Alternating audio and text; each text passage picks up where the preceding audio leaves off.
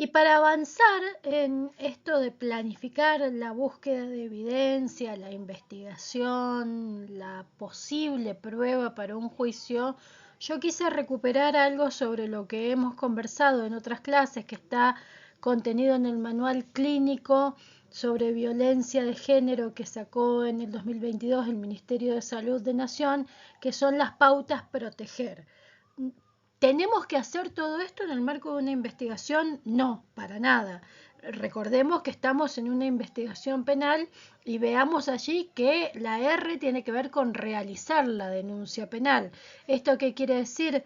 Que probablemente cuando se realiza una denuncia hayan sucedido algunas actividades vinculadas con estas pautas.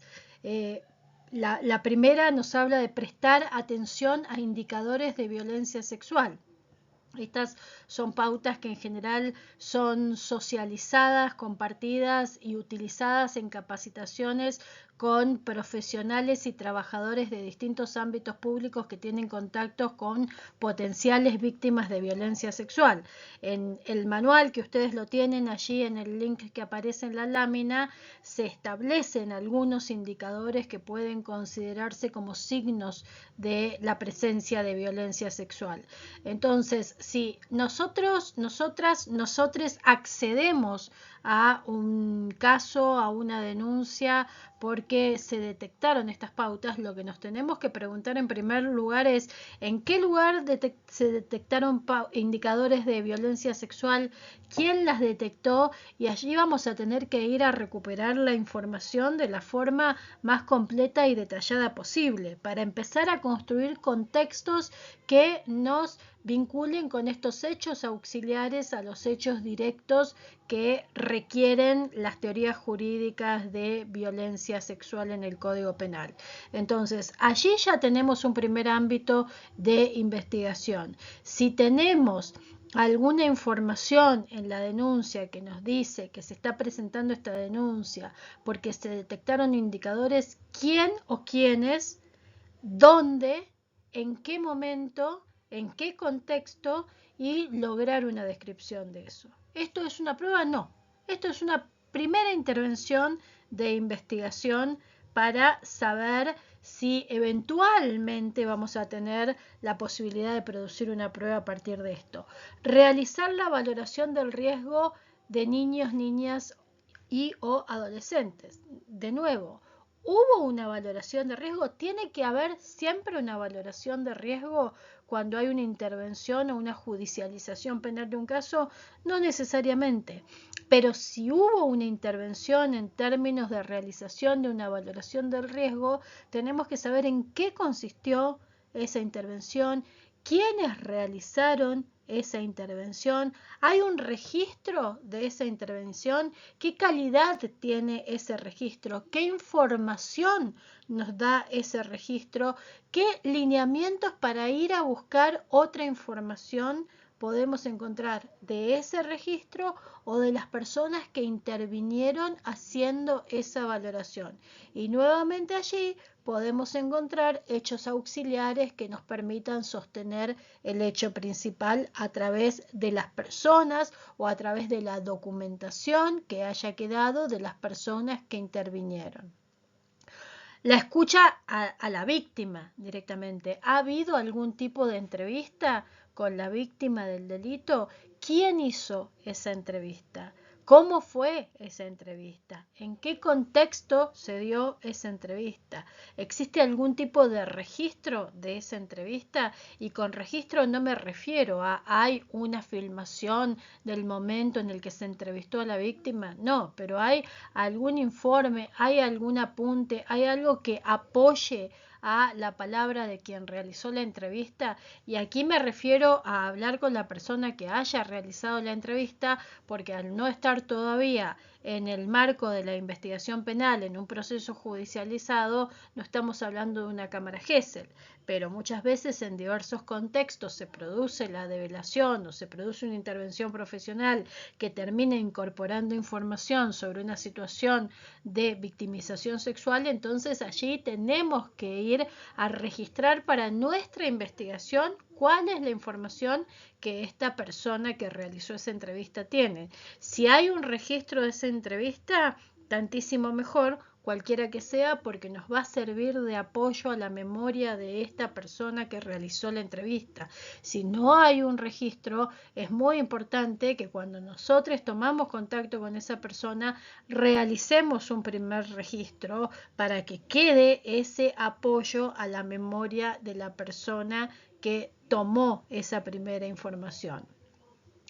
¿Hay alguna intervención interdisciplinaria previa al proceso judicial?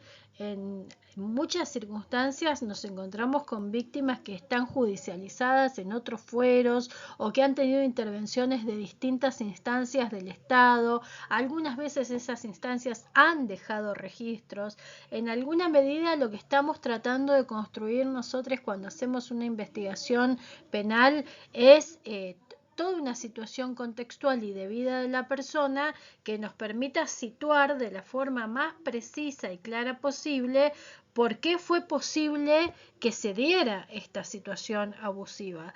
Entonces, ir a buscar todas estas fuentes de información secundaria, y me refiero a que son fuentes de información secundaria porque no son testigos o testigas directas del hecho de abuso, pero que han tenido alguna percepción, algún contacto, alguna información, o bien porque hablaron con la víctima directa, o bien porque tuvieron intervención sobre su contexto familiar, o bien porque tuvieron una intervención profesional que no tenía que ver directamente con haber sufrido una victimización sexual, pero en la que se dio la posibilidad de tener alguna información. Entonces, ir también a buscar estas fuentes para ver qué información tienen y qué información nos puede resultar de utilidad para la investigación penal. ¿Hay una articulación ya establecida con organismos de protección? ¿En qué consiste esa articulación? ¿Qué decisiones se tomaron? ¿Por qué se tomaron esas decisiones? ¿Por cuánto tiempo se tomaron esas decisiones? ¿Qué tipo de apoyo, qué tipo de contención se le está dando a la persona? ¿Por qué se le está dando apoyo o contención? De nuevo, esto que nos permite sostener hechos auxiliares que van a servir a construir la narrativa concreta de nuestro caso. Garantizar el interés superior del niño, niña o adolescente es una de las pautas de trabajo que lo hablábamos desde el primer video, ¿no? Todo esto lo trabajamos desde ese lugar. Entonces, transversalmente nos tenemos que preguntar cómo se han hecho estas intervenciones para garantizar este interés superior y cómo esto lo incorporamos en la construcción fáctica de nuestro caso a partir de la investigación que vamos realizando. ¿Hay algún tipo de estrategia de resguardo diseñada?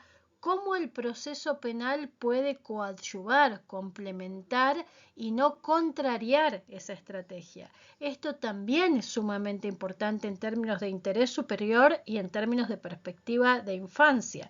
Si ya hay un proceso disparado que tiene que ver con el cuidado, con el resguardo de esa persona, y esto va a iniciar en sede penal, va a ser, se va a dar el inicio de un proceso penal en una situación que ya viene transitando otros espacios, parte de la planificación del litigio tiene que considerar cómo complementamos, cómo coadyuvamos y cómo no duplicamos medidas o contrariamos medidas. Entonces, en el escenario, por ejemplo, de que la persona que ha sido víctima haya sido separada de sus familiares directos, de su madre, de su padre, por X razón, yo me voy a tener que preguntar si es necesario y si es pertinente, no en términos procesales, eso lo vamos a ver un poco más adelante, sino en términos de resguardo, de cuidado y de respeto por el interés superior del niño y la perspectiva de infancia, traer a esas personas a declarar a un proceso judicial cuando esas personas han sido separadas del acompañamiento a este niño, esta niña o este adolescente. Entonces, lo que se haya decidido en otros ámbitos en términos de resguardo va a impactar en cómo hacemos nuestra investigación, buscamos nuestra prueba y pensamos nuestra estrategia probatoria, y esto no podemos perderlo de vista. Allí también se habla de la existencia de algún tipo de examen físico, ¿no? En esto de ofrecer la escucha activa durante la entrevista y realizar un examen físico. Si se ha realizado en algún ámbito un examen físico sobre esta persona, les decía en el video anterior, en términos de investigación, yo siempre tengo que pensar si es necesario a partir de ahora, pero hacia atrás yo tengo que ver cuál es la historia clínica de esta persona para ver qué intervenciones ha habido desde el ámbito de la salud, qué intervenciones ha habido sobre su cuerpo y revisar cuál puede llegar a ser la utilidad de esas intervenciones, si hay algún tipo de indicio, si hay algún tipo de preocupación marcada en algún momento, eso también lo voy a tener que revisar. Entonces, esta pauta no solamente nos sirve de guía orientadora hacia adelante, sino que cuando intervenimos en sede penal, cuando nos toca litigar en materia penal uno de estos casos, también puede ser orientadora para buscar información hacia atrás, para ver si en los distintos espacios institucionales, en los distintos espacios de contacto con esta persona, en los distintos espacios sociales o comunitarios que tienen vínculo con esta persona, yo puedo recuperar algún tipo de información vinculada a esta pauta que, como les vengo diciendo, quizás no sea directamente relevante, quizás no me permita apoyar la afirmación el tío tocó a la sobrina en la vagina cuando tenía 6 años, porque ese es un hecho que en general suele ocurrir en secreto, suele ocurrir con la presencia del autor y la víctima solamente. Entonces, ese hecho directo probablemente solo lo pueda acreditar a través del testimonio de la víctima. Pero todos los indicadores que aparecen en esta pauta y que pueden haberse ido revelando a lo largo del tiempo en distintas intervenciones, yo los puedo considerar para generar este relato auxiliar que le va a dar credibilidad a mi afirmación directa de el tío tocó la vagina de su sobrina cuando ella tenía 6 años en tal momento, en tal lugar y de tal manera. Por eso esta guía nos puede servir también para hacer este trabajo que referíamos en el video anterior de identificar la prueba necesaria, la prueba que puede estar presente, la prueba que tenemos que ir a buscar, la prueba innecesaria y la prueba que aún siendo necesaria no vamos a poder obtener.